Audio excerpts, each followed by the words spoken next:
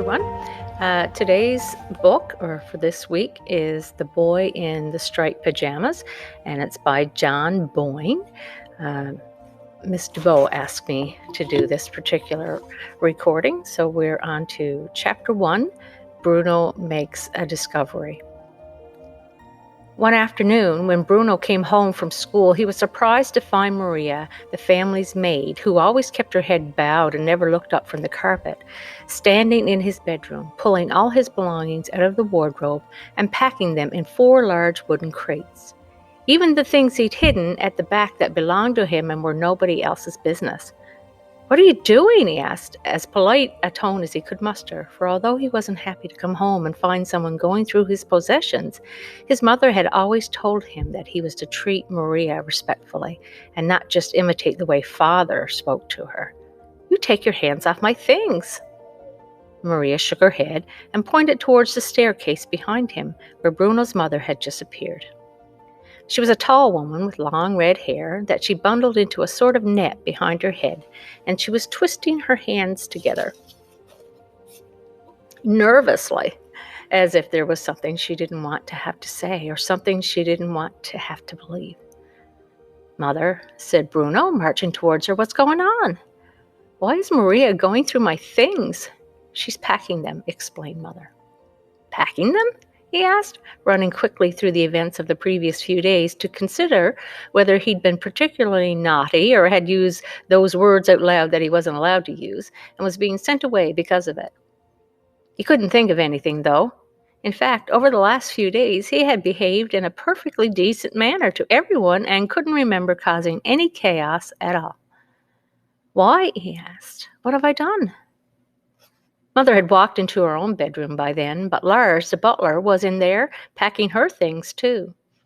She sighed and threw her hands in the air in frustration before marching back to the staircase, followed by Bruno, who wasn't going to let the matter drop without an explanation.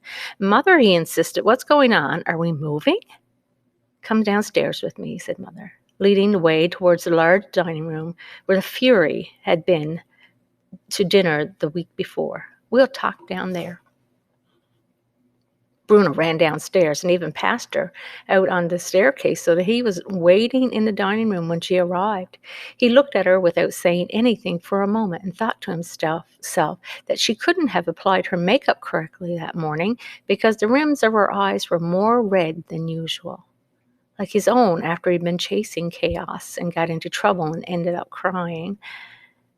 "Now, you don't have to worry, Bruno," said Mother, sitting down in the chair where the beautiful blonde woman who had come to dinner with the Fury had sat and waved at him when Father closed the doors. "In fact, if anything, it's going to be a great adventure." "What is it?" he asked. "Am I being sent away?" "No, not just you," she said, looking as if she might smile for a moment, but thinking better of it. "We all are, your father and I, Gretel and you, all 4 of us." Bruno thought about this and frowned. He wasn't particularly bothered if Gretel was being sent away because she was a hopeless cause and caused nothing but trouble for him, but it seemed a little unfair that they all had to go with her. "But where?" he asked. "Where are we going exactly? Why can't we stay here?" "Your father's job," exclaimed Mother. "You know how important it is, don't you?" "Yes, of course," said Bruno, nodding his head, because there were always so many visitors to the house, men in fantastic uniforms, women with typewriters that he had to keep his mucky hands off, and they were always very polite to Father and told each other that he was a man to watch and that the Fury had big things in mind for him. "Well, sometimes when someone is very important," continued Mother, "the man who employs him asks him to do or go somewhere else because there's a very special job that needs doing there." "What kind of job?" asked Bruno, because if he was honest with himself, which he always tried to be, he wasn't entirely sure what job Father did. In school, they had talked about their fathers one day, and Carl had said that his father was a greengrocer, which Bruno knew to be true because he ran the greengrocer's shop in the center of town.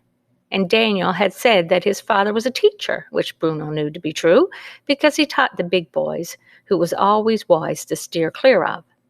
And Martin had said that his father was a chef, which Bruno knew to be true because he sometimes collected Martin from school, and when he did, he always wore a white smock and tartan apron, as if he'd just stepped out of his kitchen. But when they asked Bruno what his father did, he opened his mouth to tell them, then realized that he didn't know himself. All he could say was that his father was a man to watch and that the Fury had big things in mind for him. Oh, and that he had a fantastic uniform, too.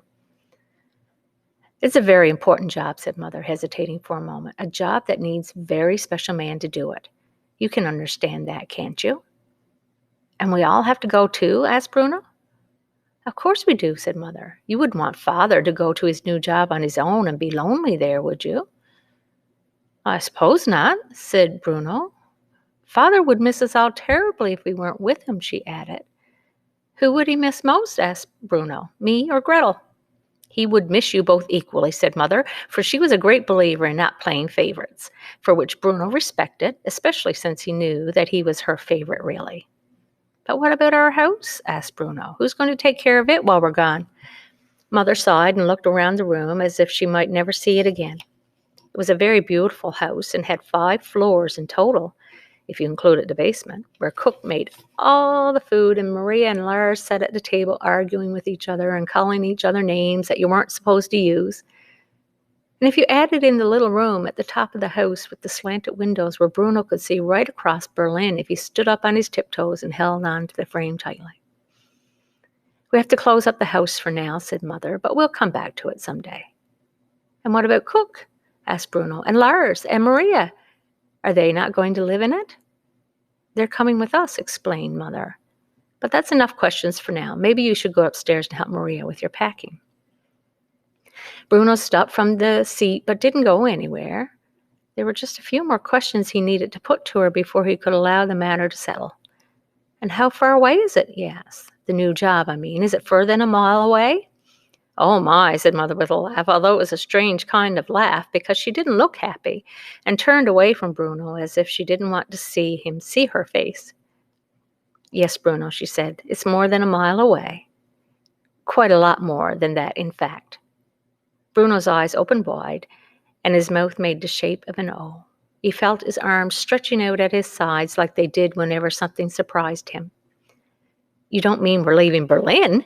He asked, gasping for air as he got the words out. I'm afraid so, said Mother, nodding her head sadly. Your father's job is... But what about school? Said Bruno, interrupting her, a thing he knew he was not supposed to do, but which he felt he would be forgiven for on this occasion. And what about Carl and Daniel and Martin? How will they know where I am when we want to do things together? You'll have to say goodbye to your friends for the time being, said Mother, although I'm sure you'll see them again in time. And don't interrupt your mother when she's talking, please, she added, for although this was strange and unpleasant news, there was certainly no need for Bruno to break the rules of politeness which he had been taught. Say goodbye to them, he asked, staring at her in surprise. Say goodbye to them? He repeated, spluttering out the words as if his mouth was full of biscuits that he'd munched into tiny pieces but had not actually swallowed yet. Say goodbye to Carl and Daniel and Martin, he continued, his voice coming dangerously close to shouting, which was not allowed indoors. But they're my 3 best friends for life. Oh, you'll make other friends, said Mother, waving her hand in the air dismissively, as if the making of a boy's 3 best friends for life was an easy thing. But we had plans, he protested. Plans? Asked Mother, raising an eyebrow. What sort of plans? Well, that would be telling, said Bruno, who could not reveal the exact nature of the plans, which included causing a lot of chaos, especially in a few weeks' time when school finished for the summer holidays and they didn't have to spend all their time just making plans, but could actually put them into effect instead. I'm sorry, Bruno, said Mother, but your plans are just going to have to wait. We don't have a choice in this. But Mother... Bruno, that's enough, she said, snapping at him now and standing up to show him that she was serious when she said that was enough. Honestly, only last week you were complaining about how much things have changed here recently. Well, I don't like the way we have to all turn off the lights at night now, he admitted. Everyone has to do that, said Mother. It keeps us safe, and who knows, maybe we'll be in less danger if we move away. Now I need you to go upstairs and help Maria with your packing. We don't have as much time to prepare as I would have liked, thanks to some people." Bruno nodded and walked away sadly, knowing that "some people" was a grown-up's word for father, and one that he wasn't supposed to use himself.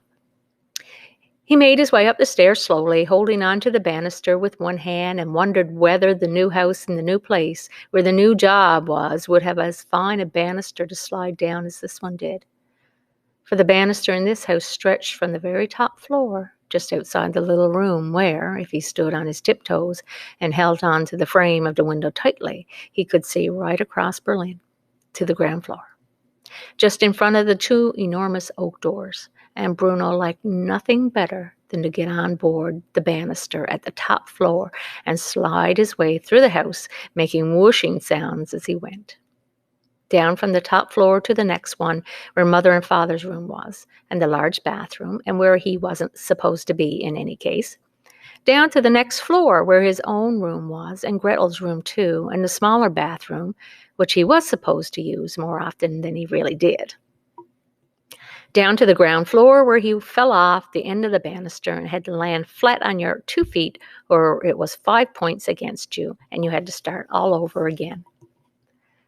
The banister was the best thing about this house, that and the fact that grandfather and grandmother lived so nearby. And when he thought about that, it made him wonder whether they were coming to the new job too, and he presumed that they were because they could hardly be left behind. No one needed Gretel much because she was a hopeless case. It would be a lot easier if she stayed to look after the house.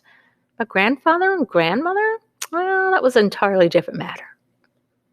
Bruno went up the stairs slowly towards his room, but before going inside, he looked back down towards the ground floor and saw Mother entering Father's office, which faced the dining room and was out of bounds at all times and no exceptions. And he heard her speaking loudly to him until Father spoke louder than Mother could, and that put a stop to their conversation. Then the door of the office closed, and Bruno couldn't hear any more, so he thought it would be a good idea if he went back to his room and took over the packing from Maria, because otherwise she might pull all his belongings out of the wardrobe without any care or consideration, even the things he'd hidden at the back that belonged to him and were nobody else's business.